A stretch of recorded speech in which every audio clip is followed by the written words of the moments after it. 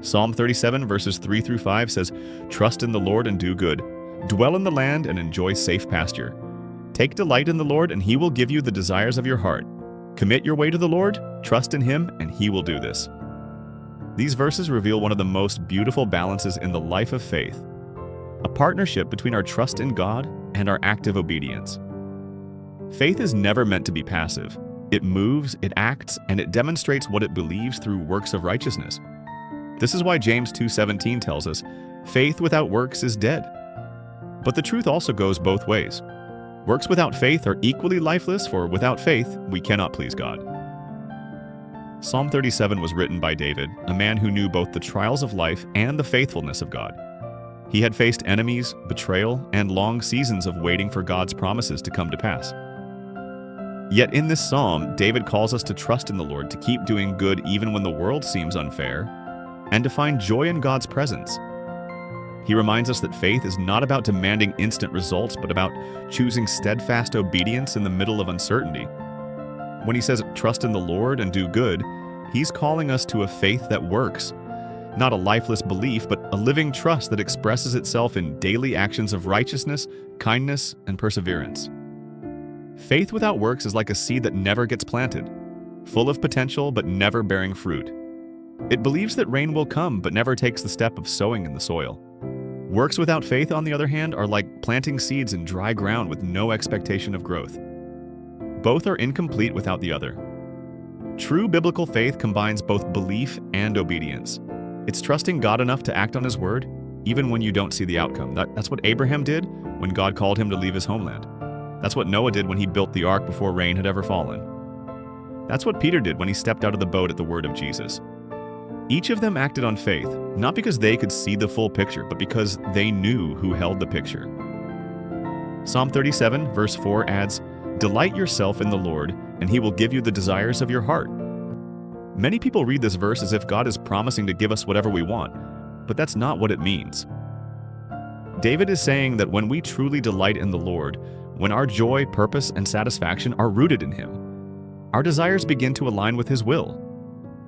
We start to want what he wants.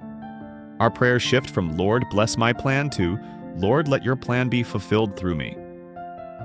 When faith and works are united, and when delight in God becomes our motivation, we begin to live a life of peace and fulfillment, no matter what comes our way. And then verse 5 declares, "Commit your way to the Lord, trust in him, and he will do this." That's the heartbeat of it all, commitment and trust. Faith that not only believes, but also surrenders. To commit your way to the Lord means to hand over the steering wheel of your life. It means acknowledging that God is in control, even when circumstances seem out of control. When we put things into his hands, he puts peace into our hearts. The phrase, "faith without works is dead," James 2:17, isn't meant to condemn us, but to awaken us. It's a divine reminder that believing in God should change how we live.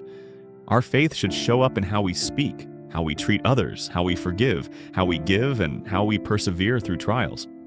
A faith that merely talks but never acts is hollow, yet works that are done for show without a heart of faith are equally empty. God desires a living, breathing, walking faith, one that trusts him fully and expresses that trust through love and obedience. When you read Psalm 37 alongside James 2, you begin to see how the two connect perfectly.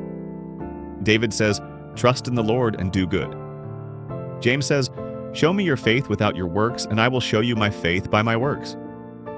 Both are pointing us to the same truth. Faith is proven in action. Trust isn't something we simply declare, it's something we demonstrate. And here's where it becomes deeply personal. Every one of us faces moments when trusting God feels hard.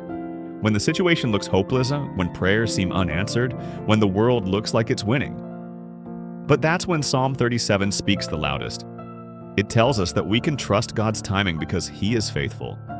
We can do good even when evil seems to prosper because God sees, remembers, and rewards. We can commit our way to him because he holds the outcome. Faith says, "Oh, I don't know how, but I believe God will."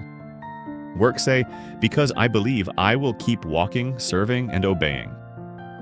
The balance between faith and works is not about earning God's favor, but about expressing our trust in his goodness. We don't work to be saved, we work because we are saved. True faith transforms our hearts, and that transformation produces fruit. When you truly trust that God is in control, your actions begin to reflect that peace. You stop panicking and start praying. You stop striving and start surrendering. You stop complaining and start praising. This is what living faith looks like. It's faith that breathes. David concludes his thought in Psalm 37 by saying that the righteous will inherit the land and dwell in it forever. In other words, those who trust in God and walk in His ways will experience His provision and peace. The wicked may seem to prosper for a time, but their success is short-lived. God's people, however, have an eternal inheritance that cannot be shaken. That's why we can say with confidence, no matter what we face, God is still in control. Through faith in Jesus Christ, we can rest assured that by and by everything is going to be good. It may not look good right now. The storm might still be raging, the answers might still be delayed, and the road might still be rough. But our faith tells us that God is working behind the scenes. Romans 8:28 declares, "And we know that all things work together for good to them that love God, to them who are called according to His purpose." That means our faith is not blind optimism. It's anchored assurance in a faithful God. So today, let these verses be your foundation. Trust in the Lord and do good. Delight yourself in Him. Commit your way to Him. Keep your faith alive through action, and let your works flow from a heart full of faith. Know that God is in control, not just of the universe, but of your life, your family, your future, and your circumstances. Faith without works is dead, but faith that moves is powerful. Works without faith are empty, but works inspired by trust in God bring glory to His name. When faith and works walk hand in hand, miracles happen, peace overflows, and your life becomes a living testimony of God's faithfulness. Always remember, everything may not make sense right now, but in God's timing, everything will be good. Trust Him. Keep walking. Keep believing. Because the God who began a good work in you will be faithful to complete it.